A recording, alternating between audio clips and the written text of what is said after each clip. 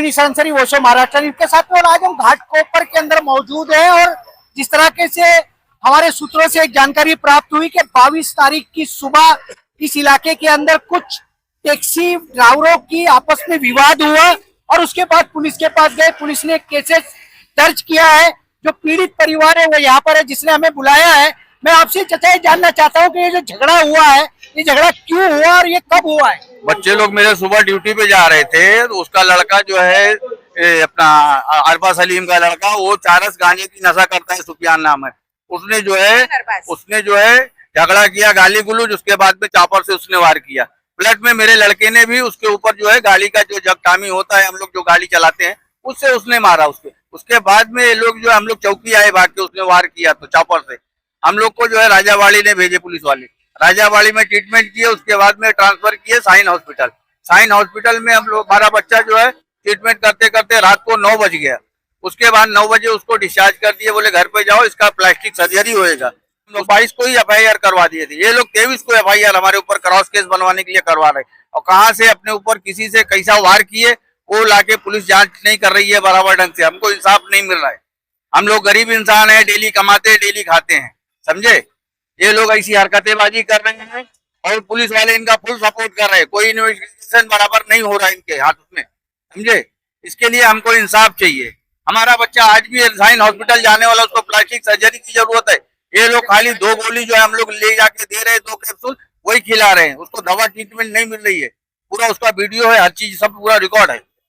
यहाँ पर एक महिला भी है जो लड़की की बात फरहान की हो रही। वो कौन है? फरहान नाम का रिलेटिव है क्या? जी, फरहान मेरा देवर का बेटा है और वो ओला चलाता है। बच्चा मेरा नाइट ड्यूटी पे, डे ड्यूटी पे आ रहा था। बच्चे मेरे इतने अच्छे हैं, सीधे बच्चे। वो लोग डे ड्यूटी से जाते हैं तो सीधा घर पे सोते, नाइट ड्यूटी से घर पे आते तो घर पे। ये लोग किसी के लेने देने में रहते नहीं। सुफियान इसको आते जाते तंग करता था, आते जाते छेड़ता था। सुफियान नशा करता है और अरबाज नशा करता है। अरबाज सलीम के दोनों लड़के नशा करते हैं। ये लोग को कुछ पाउडर आता, गोली आता, खा के ये लोग रात भर 2-2, 3-3 लड़के हैं ना, बाइक पे घूमते रहते हैं। इनका रात भर यही काम धंधा है, चौपर लेते, घूमते रहते। माँ बाप घर में सो जाते बच्चे को छोड़ के। ये लोग, मेरा बच्चा वहां से निकला तो इसने मेरे बच्चे को छेड़म खानी किया और मेरा साफ वीडियो में बता रहा है मेरे बच्चे को छेड़म खानी किया। मेरा बच्चा आगे गया तो सुफियान उसके पीछे चौपर लेकर गया तो मेरा बच्चा अपने बचाव के लिए उसको कुछ वो था उसको मारा तो उसने सीधा उसके ऊपर वार किया। और ये लोग बोलते हैं कि मेरा बच्चा उस पर वार किया है। तो मेरा बच्चा तो सैन हॉस्पिटल में एडमिट था। मेरा बच्चा वार कब किया इनके ऊपर? और ये लोग कहीं जाके वार करके बाबा अस्पताल गए, ये लोग चौकी नहीं आए। हम लोग को तकलीफ थी, हम लोग चौकी आए। फिर महबूब ये सब काम कराने में महबूब है। ये सब काम जितना भी करा रहे हैं ना, मेरे बच्चे के ऊपर 307 का केस बनाया, महबूब बनाया। और जमीला इसमें है, इसमें महबूब की औरत ये रूबीना है और क्या बोलते मरियम है। और वहाँ पे मरियम भी रात में मौजूद थी। 4:30 बजे मरियम खड़े रह के अपने बच्चों से वार करवाई। 4:30 बजे मरियम भी वहाँ पे मौजूद थी। अब मेरे को इंसाफ चाहिए। पुलिस हमारे साथ में इंसाफ नहीं कर रही है। हमारे बच्चे के ऊपर भी मेरे बच्चे के हाथ से ब्लड जा रहा है। मेरे बच्चे की आज प्लास्टिक सर्जरी थी, ये लोग ने मेरे बच्चे को छोड़ा नहीं। मेरे बच्चे के हाथ से बहुत ब्लड जा रहा। मेरे बच्चे को अगर कुछ भी हुआ तो इसका जिम्मेदार पुलिस है। किसी महिला बता रही है कि विवाद 22 तारीख की सुबह 4:30 बजे हुआ। एग्जैक्टली दोनों ही लोग हॉस्पिटल में गए, लेकिन जाने के पीछे की जो वजह है, यहाँ पर एडवोकेट्स है, अभी सीख रहे हैं, लॉ स्टूडेंट है। मैं आप इसी मोहल्ले में रहते हो, ये सही प्रकरण आपको क्या लगता है? आप लॉ पढ़ रहे हो, इसकी वजह से सही प्रकरण ये है कि ये शकीला ये मेरे को आज सवेरे मिली और मुझे बताई कि भाई मैंने तुम्हारा नाम सुनी, तुम सबकी मदद करते हो। तो मैंने पूछा क्या बात है, तो इन्होंने सब बताया कि रूबीना आपको गाली दे रही और बोल रही है कि महबूब आपकी टांग तोड़ने वाला है, पुलिस सपोर्ट करने वाली है, तुम लोग हट जाओ, इरफान को मारेंगे, करीम को मारेंगे, हम लोग उनको दिखा देंगे, तुमको सपोर्ट करें। यानी कुछ भी होता है तो मेरे आंख पे ही आता है, इरफान के आंख पे ही आता है। हम लोग यहाँ पे जो लीगल काम करते हैं, मैं लॉ पढ़ रहा हूँ, और कुछ भी मैसेज जाता है तो वाजिद किया, इरफान किया, करीम किया, सबका नाम आता है। सबसे पहली बात तो महबूब के ऊपर 4 केस है, रूबीना के ऊपर 4 केस है, सारे के ऊपर क्रिमिनल है। पुलिस इनकी मदद करती है, पुलिस स्टेशन में लोग गाली देते हैं। कल रात का और परसों रात का सुबह का फुटेज निकाल लो, वो कितनी गाली गलौज करे इन लोगों के साथ ये बता रहे हैं। और हम लोगों के नाम की धमकी दे रहे क्या पुलिस हमारे साथ है? इसके लिए तो 307 के आरोपी को छोड़ दिए। नहीं, मैं आपसे ये जानना चाहता हूँ, लॉ के स्टूडेंट हो, ये जो मैटर हुआ है, मैंने दोनों की एफआईआर कॉपी पढ़ी है हाँ बराबर। और दोनों की एफआईआर कॉपी के अंदर जो है 4:30 बजे का ही उल्लेख किया गया है, बराबर है। अब इसके अंदर आपको ऐसा कैसे लगता है कि पुलिस ने ये लोगों को फंसाया या पॉइंट क्या बताता हुआ? हूं मैं, पुलिस ने कैसा फंसाया है कि 4:30 बजे जब झगड़ा हुआ 22 तारीख की सवेरे, तो जो जिसको मार लगी थी, जो अपने आप को मार के किसी ने उसको पहुंचाया, तो वो राजावाड़ी नजदीकी हॉस्पिटल छोड़ के बाबा हॉस्पिटल जाता है और बाबा हॉस्पिटल उसका ट्रीटमेंट नहीं करता है, कोई पेपर नहीं बनाता है। वो सीधा रात में 23 तारीख की रात में वो आता है राजावाड़ी में और वहां से वो ट्रीटमेंट करके पुलिस स्टेशन आता है और एफआईआर दर्ज करता है। और एफआईआर किस पे दर्ज करता है? जो लड़का थाने के अंदर गाड़ी के अंदर ओला ड्राइव करके लास्ट लोकेशन उसका ओला दिखा रहा है, उसको भी 307 का आरोपी बनाते और मेडिकल के हिसाब से 307 या 326 का भी केस नहीं बनता है। ये सरासर पुलिस को डरा धमका के रुबीना दादागिरी, जो डॉन के साथ उसका क्या इन्वॉल्वमेंट पता नहीं, वो उसने मेरे दोस्त इरफान को मारी है, पुलिस स्टेशन के पुलिस के सामने मारी है। अभी तक पुलिस ने उस पर कोई प्रिवेंटिव एक्शन नहीं लिया है और इनकी इतनी दादागिरी कर रहे हैं लोग, क्या पुलिस जो है इनकी दादागिरी सहन कर रही है। इरफान ने डीसीपी को कॉल किया, साहब को बताया साहब ये लोग ऐसा ऐसा कर रहे हैं, इनकी हमारी कोई सुनवाई नहीं।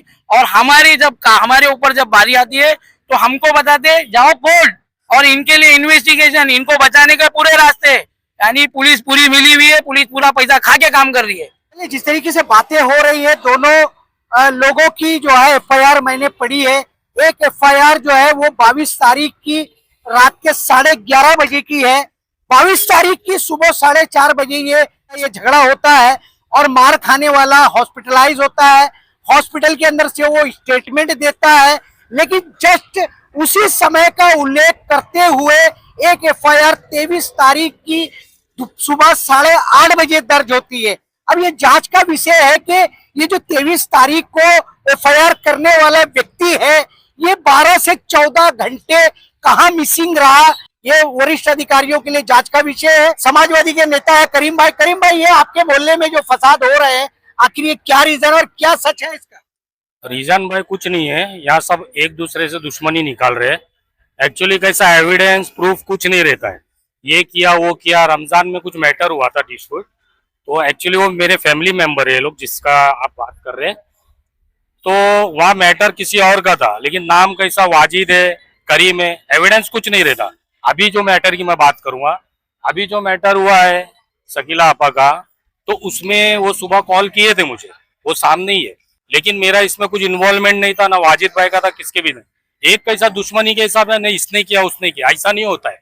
और दूसरी बात, मैं सबसे पहला और सबसे अहम चीज, मैं घाटकोर पुलिस स्टेशन और अगर डीसीपी तक मेरी आवाज जा रही है, मैं यही बोलना चाहूंगा कि ये जब मैटर होता है झगड़े का, लफड़े का, तो क्या होता है इसमें, एक आदमी तो मार देता है, लेकिन दूसरा आदमी क्या करता है, दुश्मनी निकालने के लिए वो खुद मरवा के अपने आप को पुलिस स्टेशन जाता है।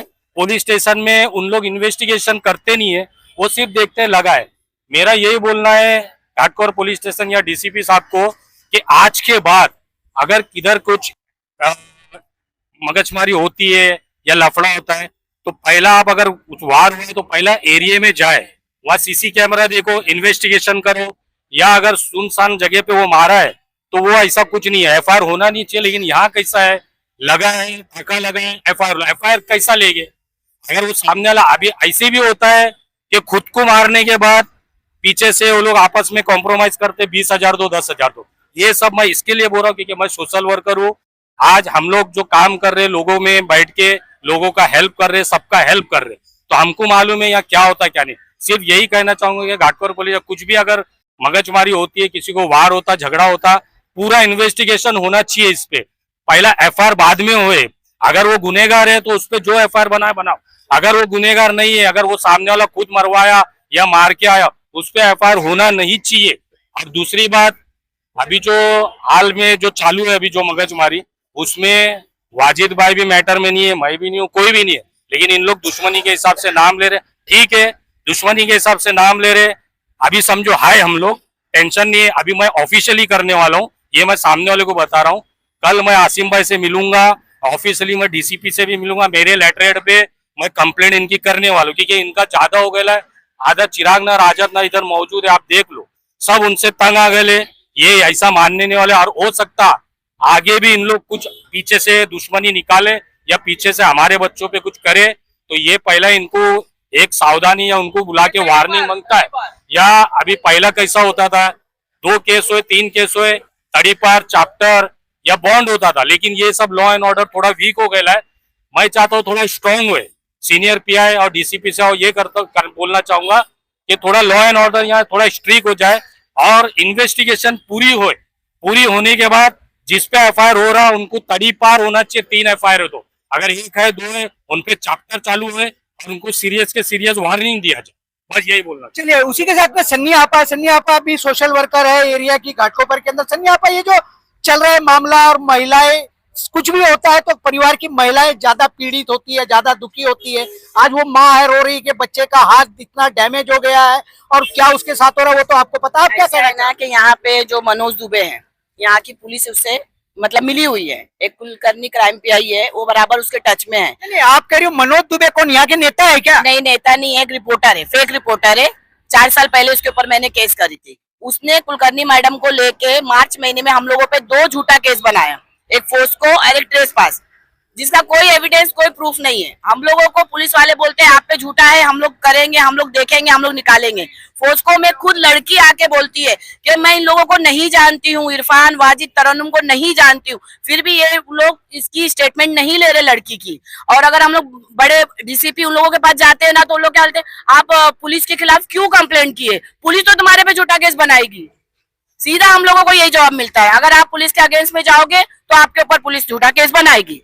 तो यहाँ पे झूठा केस बनता ही है। चलिए, पूछा मतलब बार बार ये मरियम है और क्या बोलते हैं रूबीना है और जमीला है और अरबा है, ये क्या बोलते हैं महबूब, बार बार मेरे को क्या बोल रहे, इसमें तेरा कौन मदद कर रहा, इरफान कर रहा, बोले ये कर रहा क्या, हाँ करीम भाई कर रहे, वाजिद कर रहा। तो मैं नहीं बोल रही, हालांकि ये लोग मेरी हेल्प भी नहीं कर रहे थे। ये लोग तो बेचारे अभी आए, जब मेरे ऊपर ज्यादा अत्याचार होने लगा तो ये लोग अभी आए। तो बोलते तेरे ऊपर एसिड डलवाएंगे, जमीला अभी बोल के गई चौकी से, एसिड डलवाएंगे, तेरे को नंगी करके मारेंगे, तेरे को ऐसा करेंगे, तेरे ऊपर वार करेंगे। मेरे को भी धमका रहे लोग। बड़ी गंभीर बात है कि एक तो मार खाना और ऊपर से लोगों की धमकियां सुनना, कि मारने वाला धमकी भी देता है कि अगर तुमने किसी से मदद मांगी और किसी ने आपकी मदद की तो हम उसके ऊपर एसिड डाल देंगे, उसको जान से मार देंगे। Very dangerous. पुलिस को ऐसे लोगों के खिलाफ तो एक्शन लेना ही चाहिए। अब पुलिस कितना एक्शन लेती है कितना नहीं लेती है, लेकिन मुझे इतना पता है कि मुंबई पुलिस सक्षम है ऐसे क्रिमिनल प्रवृत्ति के लोगों को कंट्रोल करने के लिए, और वो कंट्रोल करेगी, ऐसा हमारा विश्वास है। आने वाले दिनों में स्थिति क्या होगी उस पर भी हम चर्चा करते रहेंगे। आप सारे ही लोगों ने अपनी पीड़ा को लेकर के वॉइस ऑफ महाराष्ट्र से चर्चा की घाटकोपर में, उसके लिए थैंक्स और धन्यवाद।